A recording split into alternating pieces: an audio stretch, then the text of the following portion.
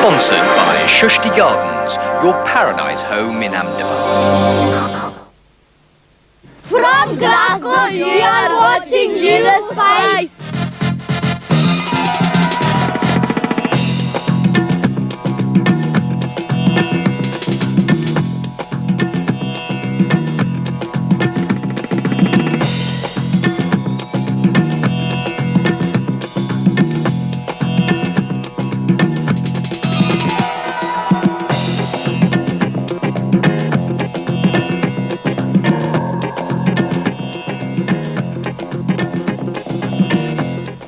G'day and welcome to another programme of Eurospice. Today we're coming to you from the west of Scotland. Yes, we're in Glasgow, and we'll be visiting some of the many Asians, of nearly 30,000 of whom are living here. We're visiting some of the businesses that they're running, and we're also going to be talking to many of them about why they're settled in Glasgow and our Spice Chat, which today we're talking about computers.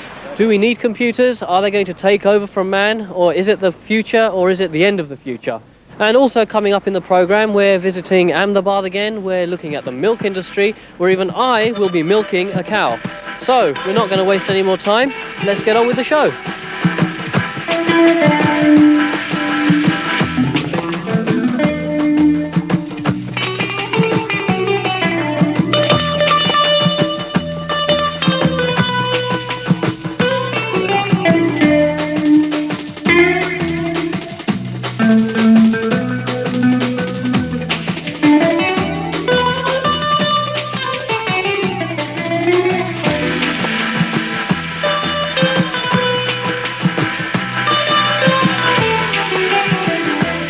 We're actually discussing the subject of computers in today's programme of Eurospice.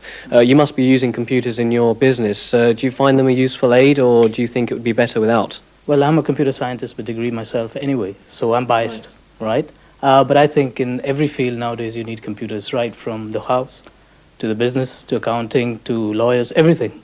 So, I mean, I would say you need computers, right? You know, soon they'll be controlling your whole life.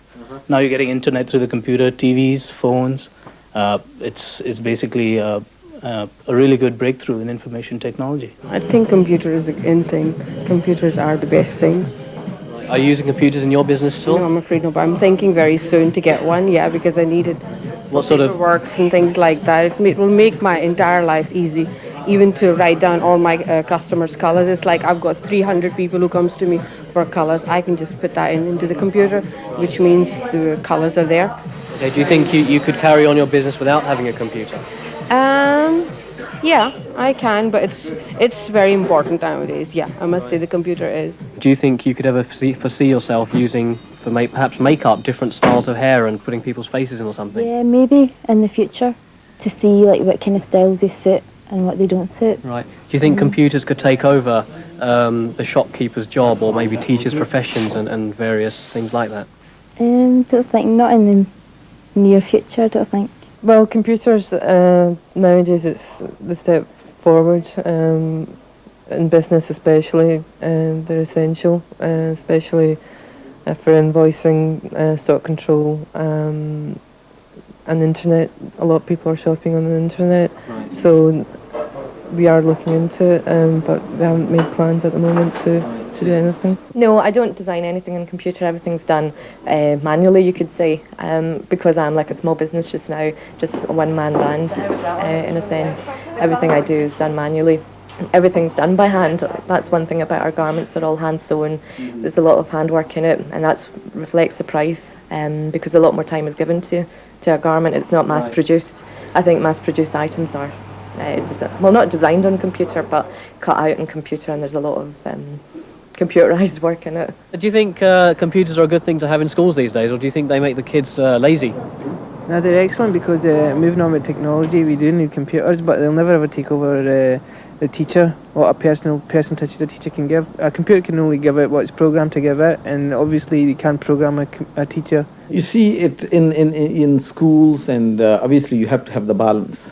You can't allow your children to sit on the computer all day. I think it's parents' responsibility to make sure that if the children, you have a computer at home, they use the computer for 1 hour or 2 hours, and then other time they need to make sure that they give to the math, English, or other subjects time as well. And the same way in schools, it is a responsibility of the teachers to make sure that when children are learning the computer, but at the same time they are giving enough time to the other subjects as well. I think that many of the kids are just thinking that if they do computing, then that's all they need.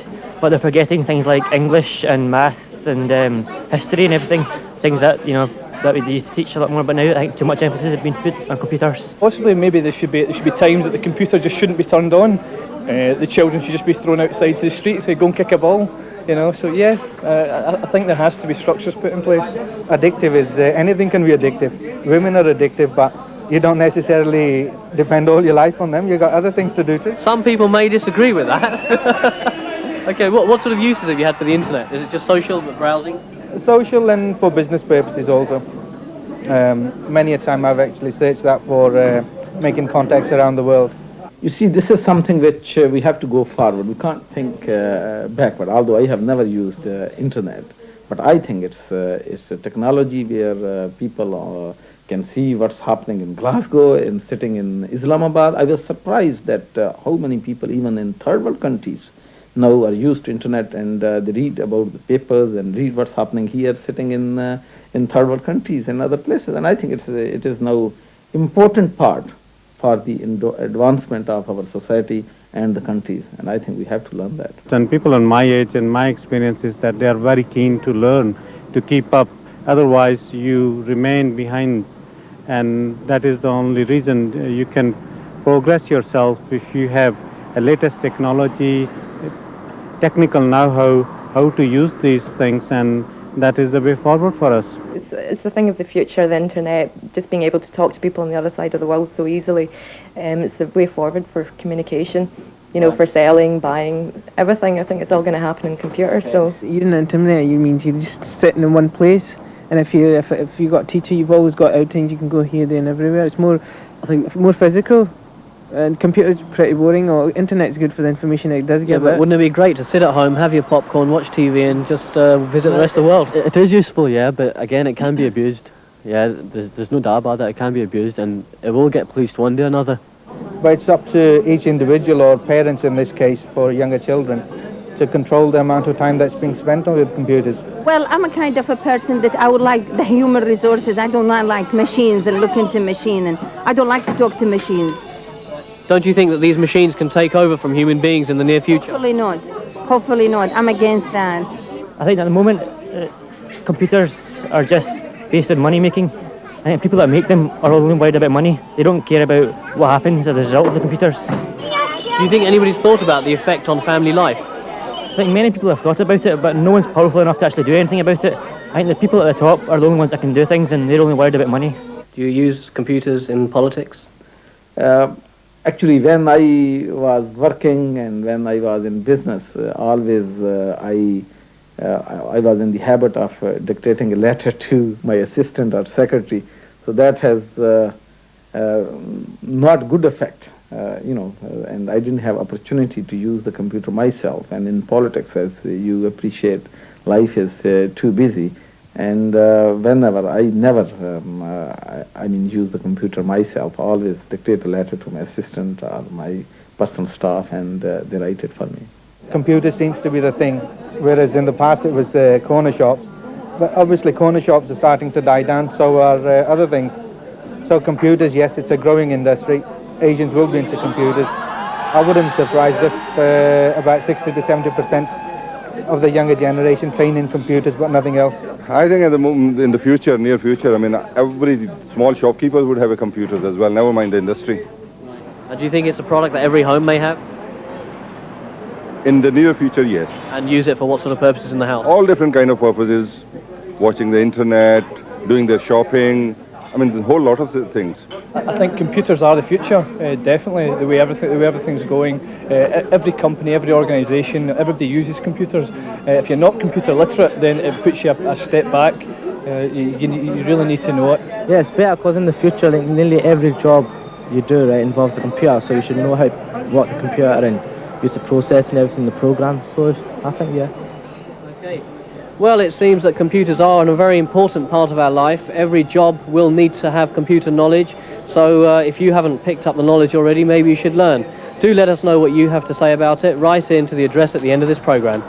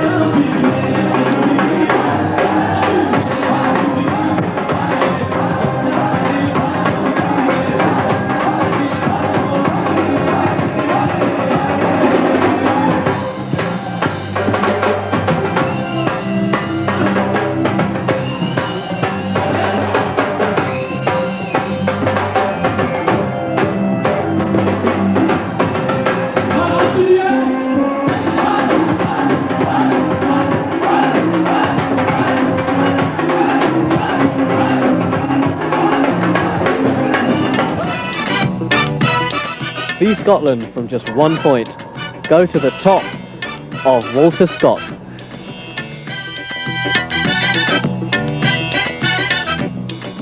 Well, it's not only the bird that's enjoyed the beautiful views of Scotland, but recently some of the top producers from the Bollywood industry have actually come here to make some of their top blockbusting hits. So it just goes to show Scotland has a lot more to offer than you could have possibly thought about. Well, on that note, I've got to say I'm freezing here. I need to go for a cup of cha. Why don't you go and get one too? We'll be right back.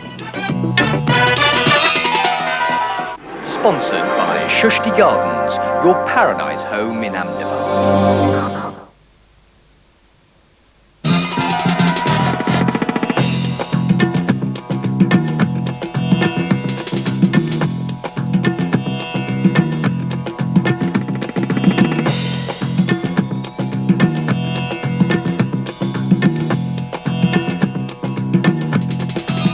G'day and welcome back to Eurospice, and we are actually now in India, and in traditional style we brought the rain with us just to make you feel at home just as we're feeling at home.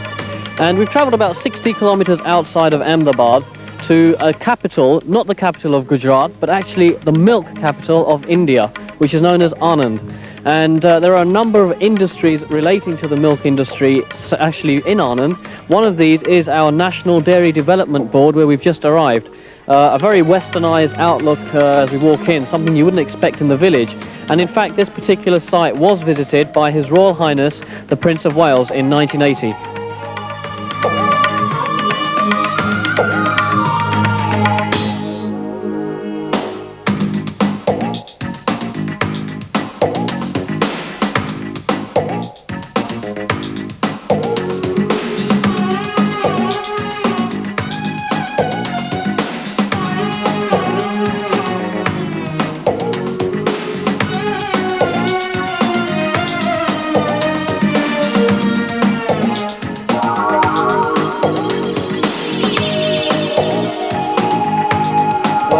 Here we are now in Morgri, which is a town near Anand, and not everything has modernised, as you can see. Milking the cows is done in the traditional method, and I can tell you, for those of you sitting at home watching this on your television, you're very fortunate that you haven't got smell-o-vision, because here you can really appreciate Air India. I suppose Spielberg, you want me to have a go at this now as well, and yeah, I thought so. I mean, this is not fashion, by the way. We're just in the what you would typically call muck after the rain, and I'm covered with droppings of what you can see anyway, and we're going to have a go here. I don't know if the cow's going to enjoy this. Looks interesting. I'm just going to get down on this cow now. Go down and have a go. I'm going to give the mic to the producer here. I think I need 2 hands. Hang on.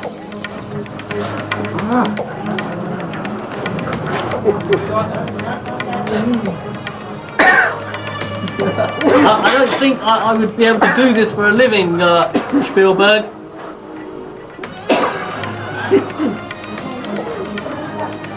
Right. Okay, well, I think we'll call it a day, and better go before we have the mad rush. Well, it was easier coming in. This should be interesting going back. Now that's the way to do it, really.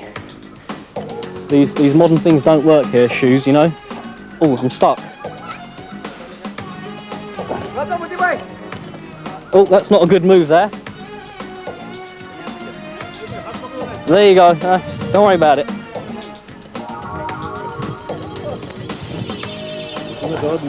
Oh, there we are. And here's one I prepared earlier. This is much easier, believe me. There you go. And I think that's a big kidda. The National Cooperative Dairy Federation is a fairly nascent body.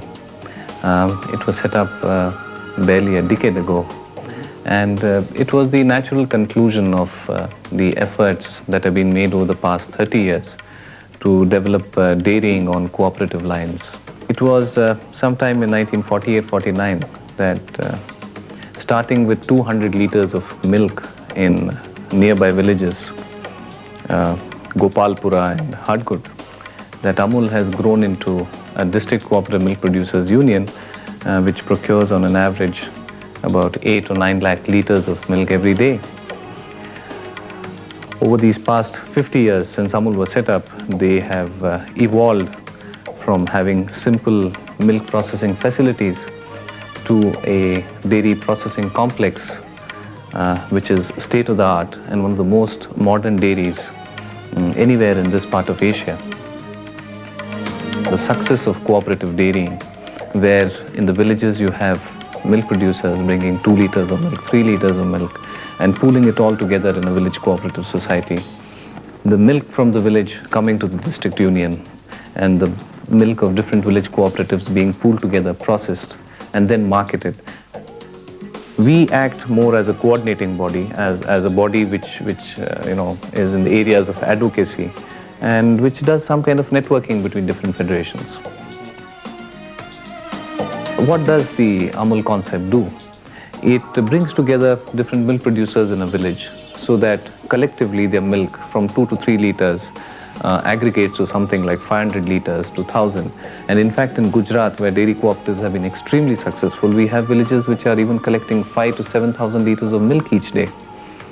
This milk is transported to the district cooperative milk union, which owns the dairy processing plant.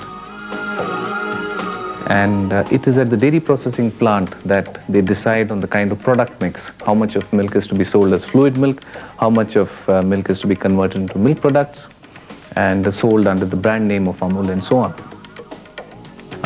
India is today the largest milk producer in the world. We are close to reportedly about 74 million metric tons of milk production per annum. From the stages of manual collection of milk in the villages, the milk is brought to dairies such as this here in Ahmedabad. And as you can see, the equipment, the completely fully automated system of processing the milk. This shows the positive development which is occurring in the state of Gujarat.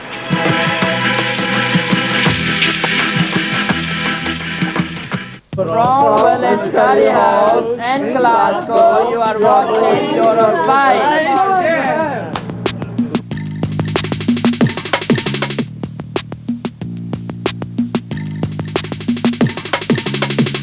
Today in Eurospice, I'm talking to a very successful businessman. Successful because he started from a small corner shop here in Glasgow. He's not Mr. Patel, and he's actually now spread his business across the United Kingdom. His name is Ali Khan. Ali, welcome to Eurospice. Thank you. Can you tell us first of all, when did you actually first come to the United Kingdom? I was actually born in Glasgow in Scotland, and I've been here ever since. Right. And have you ever thought of moving away from Glasgow, especially being in business, to perhaps somewhere like London? No, I consider Glasgow my home. I enjoy the quality of life here. Right. And can you tell us your business, what exactly did you do? Yes, I'm involved in telecommunications, the easier name being mobile phones, and I have a chain of stores up and down the country. Right. Now, I understand you started from a small corner shop in Glasgow itself, which is 2 minutes from the corner of your office. And how long did it take you to actually develop your empire? Well, it was a corner shop, but not a grocery shop. I opened my first mobile phone shop, and it's taken me roughly 3.5 years to get to the stage I am now. Right. What prompted you to get into this line of market? I would like to say it was by design, but it was actually by accident. In my previous business, I had people asking me about mobile phones, and one thing led to another, and I just expanded the business and moved over to mobile phones totally. Right. So what is your background in? I left school at 16 without studying very hard, and I started working, and I worked with various companies in Glasgow, ending up as a buyer. Altogether I worked for 15 years, and then I decided to try it on my own. In that duration, have you actually got married as well? Yes, I have. I'm married and I have 2 children, 2 boys. My eldest boy is 15, coming on 16, and my youngest son is 6 years old now. Right. Did you actually get married here in Glasgow, or did you go abroad to get married? No, I got married here, and it was not an arranged marriage, but it was to a Muslim girl. Right. Does your wife help you with the business, or perhaps your children, are they involved in the business? No, my eldest child is studying, hoping to go to university, and my wife is a housewife looking after the youngest child. And establishing your business across the United Kingdom, was that difficult to do? Yes, I did find it very difficult in the first year, but luckily our reputation grew, so as the further we go on, the easier it seems to be getting for us. Right. Running a business of a national category is obviously time consuming. Do you get time with the family, and what sort of things do you enjoy doing in your social life? I don't get enough time with the family as much as I should, and my children are always complaining. With regards to my social life, I have the same problem. I tend to work between 6 and 7 days a week, and the rest of the time I'm usually tired, so I'm a couch potato. Right. Having successfully developed 14 stores across the United Kingdom now, what future plans do you have, perhaps for going further across the United Kingdom or even on an international level? In UK, we would like to have at least 50 branches by the event of the millennium, and our branches should be based from as far north as Aberdeen all the way down to Cornwall and London. So we are actively looking to expand our company at the moment. And do you believe there is an active interest in the mobile communications market to reach that goal? Yes, I believe the communications market is a very fast-moving industry, and I think it will attract young entrepreneurs and people with very good ability to cope with communications into the next millennium. Right. We are looking for people to join us as franchisees, and they also have the option to join our company and expand stores for us throughout the UK. And I have proved that from Glasgow we can go through the country, so there's no reason for people not to have the same vision. So when I want to change my profession from presenter to mobile phones, I should come and see you? You'll be most welcome, yes, anytime. Right. Thanks for talking to us, Ali. Thank you.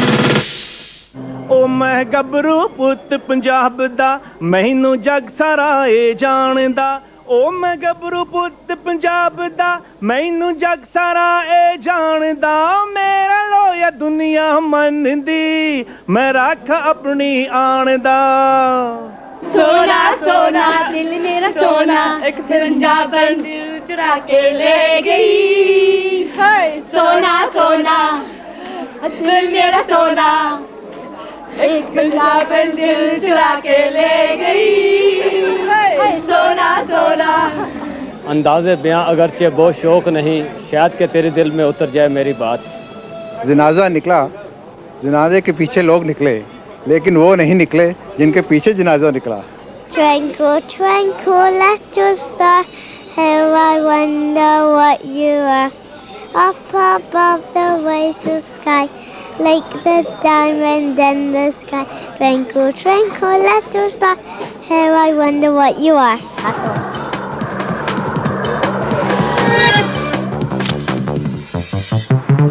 Well, that's just about all we have time for today from this program of Eurospice coming to you today all the way from Glasgow. आशा है कि आज का programme यूरोस्पाइस का Glasgow से आपको पसंद आया है और उम्मीद है कि आज का जो बॉलीवुड स्पाइस और स्पाइस चैट है वो भी खूब पसंद आया. I also hope you enjoyed our trip to Ahmedabad today, where you saw me in the milking industry of Ahmedabad, visiting Anand and even milking the cow. However, remember to keep your letters, views, comments and postcards coming in because we do like to hear what you have to say.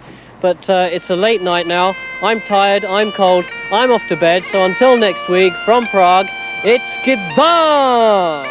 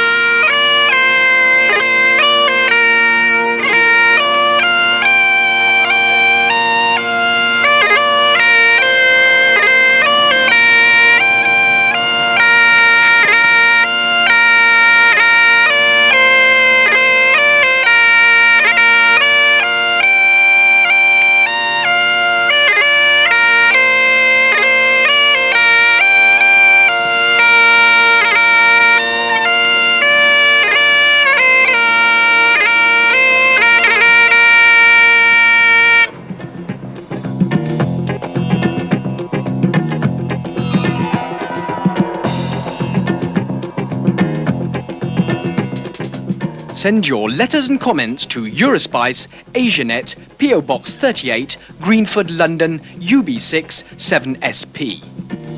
Sponsored by Shushti Gardens, your paradise home in Ahmedabad.